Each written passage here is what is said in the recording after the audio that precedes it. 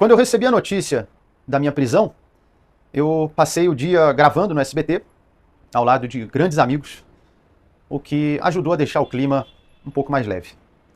Muito já se falou dessa minha condenação, que é a liberdade de expressão, a diferença entre uma piada num palco e uma declaração, que leva um humorista a sério, político na palhaçada, que liberdade de expressão não é de opressão, que piadas podem ofender, etc.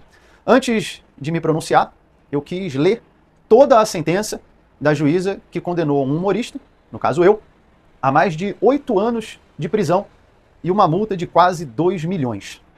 Esse vídeo não é de piada, eu estou em casa com meus gatos, aqui é a pessoa Leonardo de Lima Borges Lins e não o comediante Léo Lins, uma persona cômica criada ao longo de anos, que faz piadas ácidas, críticas e que sabe que nem todas as piadas são para todas as pessoas. Talvez nem todos saibam, mas o humorista num palco interpreta um personagem, uma persona cômica. Na construção do texto, nós utilizamos figuras de linguagem, hipérbole, metáfora, ironia, numa licença estética e, portanto, uma análise literal desse texto não se aplica na estrutura do cômico. Isso não é uma opinião minha, isso é um dos conceitos de humor, segundo o autor Simon Critickley, um autor com diversas obras a respeito da comédia e um nome respeitado na área nos Estados Unidos e no mundo. Por que eu estou citando isso? Porque é de se esperar que uma sentença pesada como essa tenha um embasamento teórico igualmente profundo. Sabe qual foi um dos embasamentos teóricos da juíza que me condenou a mais de 8 anos de cadeia? A Wikipedia. E isso não é uma piada. Você imagine um inocente acusado de homicídio, a juíza fala, você matou? Ele diz, não. Ela vai na Wikipedia, pessoas podem mentir? Sim, sabia, condenado. Isso mesmo, a Wikipedia tendo um aviso. Não é fonte primária de informação, não substitui uma pesquisa acadêmica, assim como no meu show, também tem avisos. Show de humor, apresentação de stand-up comedy, obra teatral, ficção, você está entrando em um teatro, está em um canal do humorista Léo Lins. Mas parece que as pessoas perderam a capacidade de interpretar o óbvio. Estamos vivendo uma das maiores epidemias dos últimos tempos, a da cegueira racional.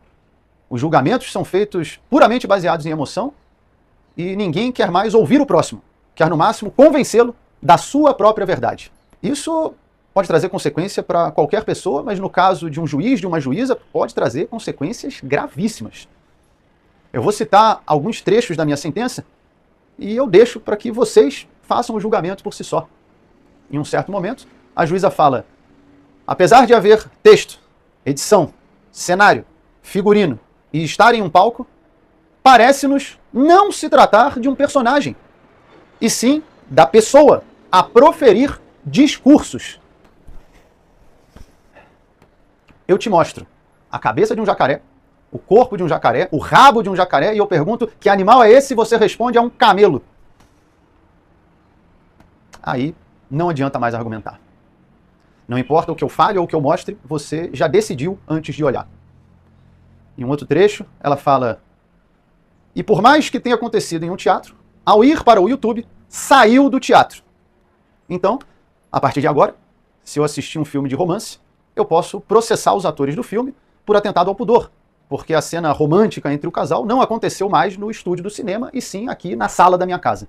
Isso é de uma limitação cognitiva grave e preocupante. E em outra passagem ela fala, mesmo que fosse um personagem, ainda assim, há crime. Aí, acabou.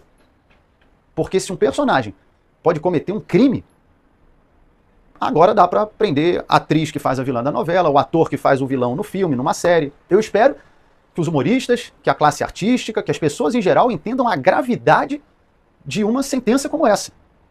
Eu sei que muitos estão indignados com a minha condenação, alguns estão felizes, porque é isso que virou a nossa sociedade.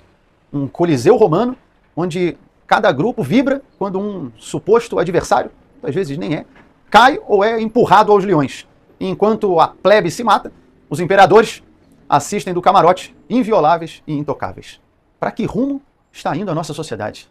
Os valores estão sendo invertidos, um olhar vira um estupro, uma piada um discurso de ódio, e a corrupção vira o padrão. A gente acostumou tanto com desvios de caráter que, quando estamos diante de uma virtude, ela vira digna de elogio. Não, esse prefeito é muito bom, esse aí nunca roubou, nunca se envolveu em corrupção. Mas isso era para ser a regra. não a exceção. Como é que a gente chegou aqui?